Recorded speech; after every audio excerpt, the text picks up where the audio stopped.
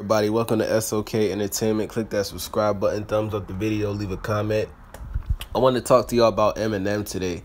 So I was watching an interview with Eminem yesterday, and it was an interview with Sway. I was watching part 2 of the interview, and basically Sway was asking some really good questions. Like, he wasn't beating around the bush and none of that shit. So he was asking Eminem, what happened with, Slaughterhouse. And basically Eminem was saying that when they put their first album out, it flopped.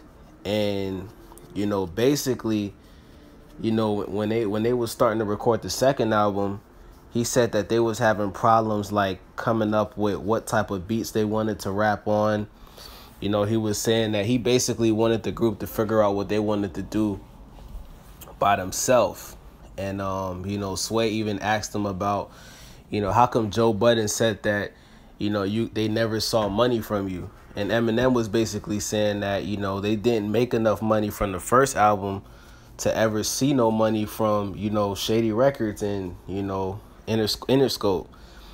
And I noticed a few things in that interview, man. He also was asked about MGK and basically explaining why MGK was banned from his radio station and all of that shit.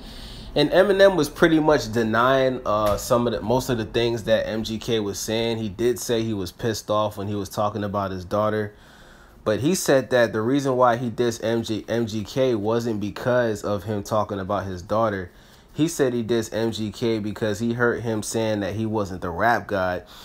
And I'm going to be honest, man. Like, I noticed a lot of things with Eminem. Because, like, when I'm watching somebody in an interview, like, I'm not just listening to what they saying. Like, I'm actually watching them. And Eminem was breathing hard as fuck in that interview. I'm like, yo, like, Eminem's not even that fat. Like, Eminem looked like he in shape. But that nigga was breathing hard as fuck. I'm like, yo, does Eminem have asthma or some shit? And he just looks super uncomfortable. You feel me? Eminem looks super uncomfortable. And you could just tell, like, Eminem is the type of dude to be in the house all day. Like, Eminem probably got a studio in his house. Nigga probably got a Chipotle in his house. Nigga probably got a big-ass gym in his house. Nigga probably got a happy ending Asian massage in his house. I think Eminem is one of those dudes that just doesn't like going out in the sun. You feel me? Like, Eminem the type of dude to just stay in the house, do what he gotta do. Cause you gotta think, like, Eminem done made so much money, like, he don't have to go nowhere. And that's the problem with Eminem's albums in the past. Like, you can just tell that Eminem is living in a box. Like, he's not paying attention to what's going on in current hip-hop. Because prior to him putting out this Kamikaze album, his music sounded super outdated. So, there's a part 3 interview coming out, and I'm very excited to watch that because he's basically explaining how he got back in the studio with Dr. Dre. And let me say this too. The only reason why this album is so fire is because Eminem got back in that studio with Dr. Dre. That's why.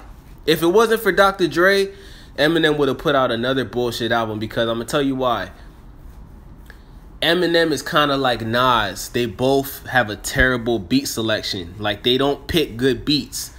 And they come from an era where beats don't really mean everything. But we're living in a time right now where if you rapping on a bad beat, it don't matter what the fuck you saying. You could be talking about, 32 verses in the Bible. If the beat not hard, people not going to gravitate towards it. So that's the case with Eminem.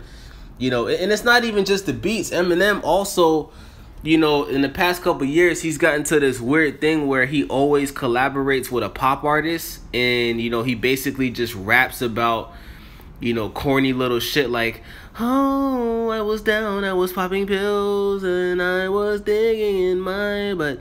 And now I'm not gonna realize, shit like that. Like, Eminem just got into this thing where he just became kind of corny. Like, he just kept depending on that radio hit. Because we know Eminem got some loyal ass fans. So after he put out that goddamn Revival album where he was, making that white boy, people like, what the fuck is this bullshit? Eminem, put this shit back in the toilet and flush that shit, my nigga. What the fuck are you doing? So you know, he got a reality check. That was the first time where people just straight up trashed the nigga album as it deserved to be trashed. And his Kamikaze album, he made sure that he asked opinions from other people, and I think he should have been doing that. So he's going to be explaining how Dr. Dre was telling him, hey, bro, this some bullshit. Take this off the album. Take this off the album. Matter of fact, take all 20 songs that you recorded in your basement. Take that shit off the fucking album. Let me get you right. Let me get you rapping on some hard shit. Niggas don't want to hear that white wigger shit. Let's get back to Slim Shady. And that's what happened. That's exactly what happened. You feel me? So, but yeah, you know, I noticed Eminem was breathing hard, and I just think Eminem was looking uncomfortable. And I think Eminem, you know, and it's kind of weird to say this, but I think Eminem is letting the pressure get to him. Because MGK put out that Rap Devil diss, and we still haven't heard a response from Eminem. You know, and I'm gonna say this, like, I think Eminem is emotional, bruh. I think Eminem is actually an emotional wreck, if you want me to be honest. Like, I think Eminem is one of those people that lets what's going on around him get to him. Like, and we all like that in a way, but you would think somebody like Eminem wouldn't be like that because he's accomplished everything you can accomplish. And in this interview, it seems like he's still speaking from the perspective of an artist that just came out, that still wants to be number one, still doesn't want nobody to look at him the wrong way. Like, and even when he was talking about Joe Budden, like, I didn't hear Eminem say anything that he did wrong. It was always, oh, well, you know, Joe this, Joe that. You know, like Sway asked Eminem, Sway was like, why did you bring up Joe Budden hitting his ex-girlfriend, which he didn't even do? And Eminem couldn't even answer it. Eminem was just like, it's something I had to do, you know, and I'll leave it like that. And it's like, yo, answer the fucking question, because last time I checked, when Eminem first came out, you was making songs talking about beating up girls too. You was making songs talking about doing all type of crazy shit, raping girls and shit like that. So why are you now turning around doing that to Joe Budden?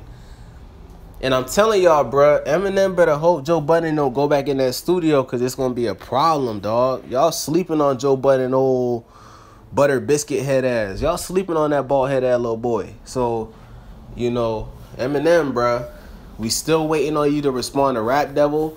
Don't back up. Don't pussy like you did with Mariah Carey. Respond.